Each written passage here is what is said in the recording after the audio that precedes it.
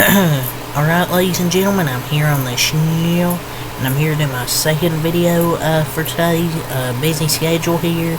I uploaded my NASCAR Cup Series Xfinity and ARCA Series preview and picks for Iowa starting tonight, so if you haven't checked that video out, go watch that. But now I'm here to do a video for my Kentucky Wildcats here in baseball. I'm here to preview and predict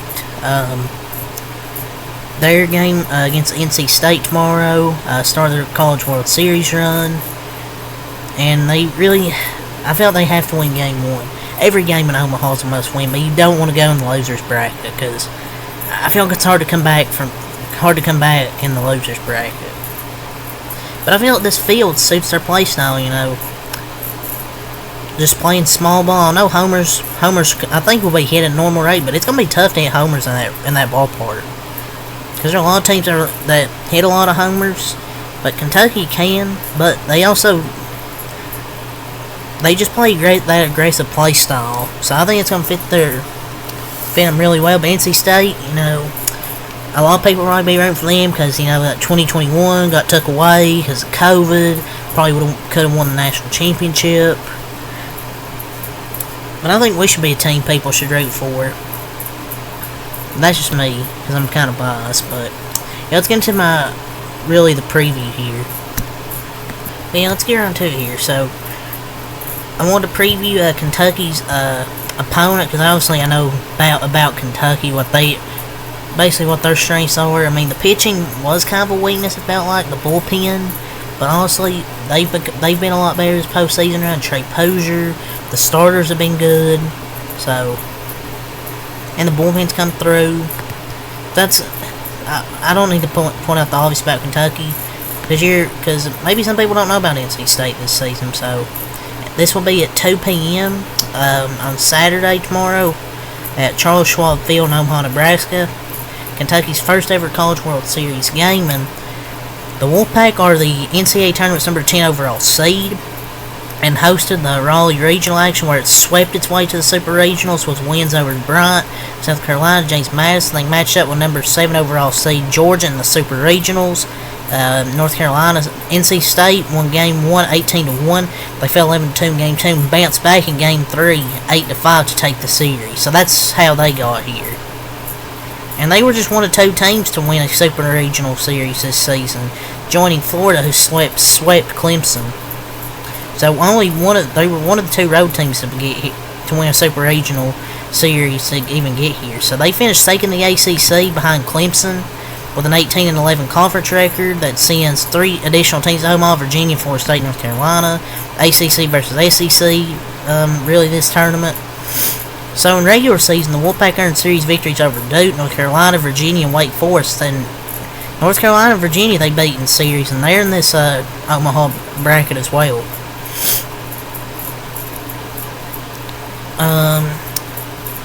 I guess the last time these 2 teams met was in the 2017 Lexington region, where the 2 teams met 3 times.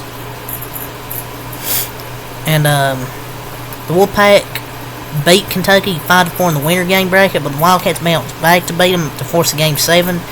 And that was actually the program's first ever regional title in Nick Mingio's debut season as a head coach. But the winner of this matchup will play the winner of a meeting between Florida and Texas A&M that will take place 7 p.m. Saturday at 7 Eastern Monday, while the loser will meet the Florida and Texas loser Monday at 2. And here's some stats for NC State. They've scored 456 runs this year, 289 batting average, 339 on base, 584 hits, 105 doubles, 99 homers, so 33rd in that. They hit a lot of homers. 323 base on ball, 323 walks, 44th in stolen bases. That's 218th, 21st, 33rd, 119th, 67th, 77th, 92nd, and 51st ranked nationally in all those stats. In ERA, they have a 6.09 ERA, so their pitching's not good. A 1.53 whip, a 9.1 Ks per 9, 70th in the country, 98th, 154th, and a 976 fielding percentage. So their pitching is kind of a weakness. But they're bad. They have some good hitters. Alec Macaruwax, who? I don't know how you say his name. I'm not a part of the nerd community, ladies and gentlemen. You know this. Garrett Pennington, 348 batting average. Alec, last name, is hitting 380. Jacob Cozart hitting 300 on base. Alec, last name, gets on base at a 439 percentage. Garrett Pennington, Jacob Cozart, 440. And Eli Serrano, the third, at 388. So, they have some guys they're good at getting on base. Alec, last name, with 80 RBIs. Garrett Pennington with 65. Jacob Cozart with 53 runs batted in. Garrett Pennington with 70 runs scored. Alec, last name, 64 runs scored. Jacob Cozart with 60 runs scored. OPS, Alec, last name, a 1.183 OPS. Garrett Pennington a 1.098 OPS. And Jacob Cozart 1.033 OPS. Home runs, Alec, last name, 22 homers. Jacob Cozart 19. And Garrett Pennington with 18. So that's really their three base hitters. Alec, last name, Jacob Cozart, and Garrett Pennington. Garrett Pennington with 26 doubles. Alec, last name, 25 RBI or 25 doubles. Brandon Butterworth, 25 doubles. Nice last name. They can hit a lot of doubles.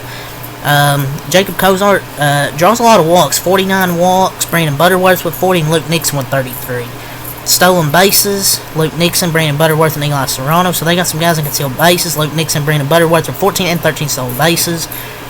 Their ERA leader, Ryan Moran, a 3.97 ERA.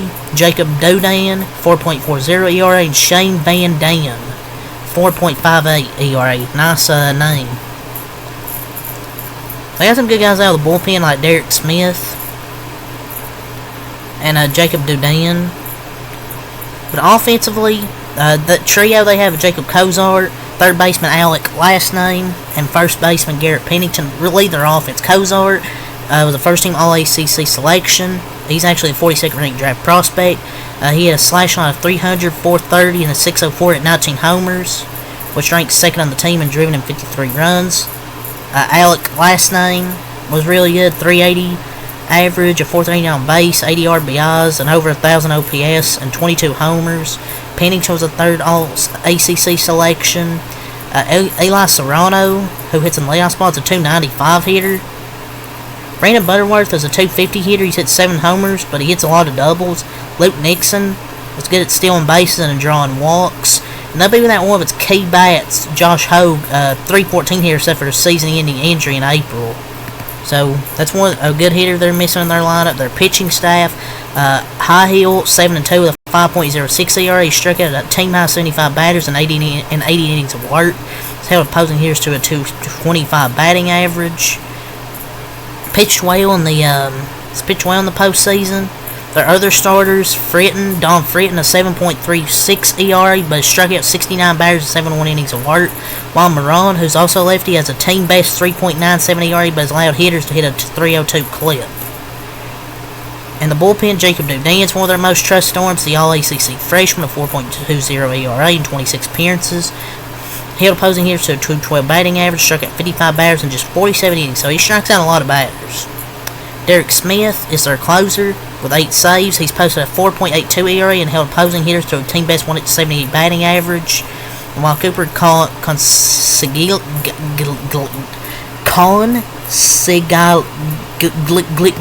how do you say his name? I'm not part of the nerd community, ladies and gentlemen. Stupid-ass names.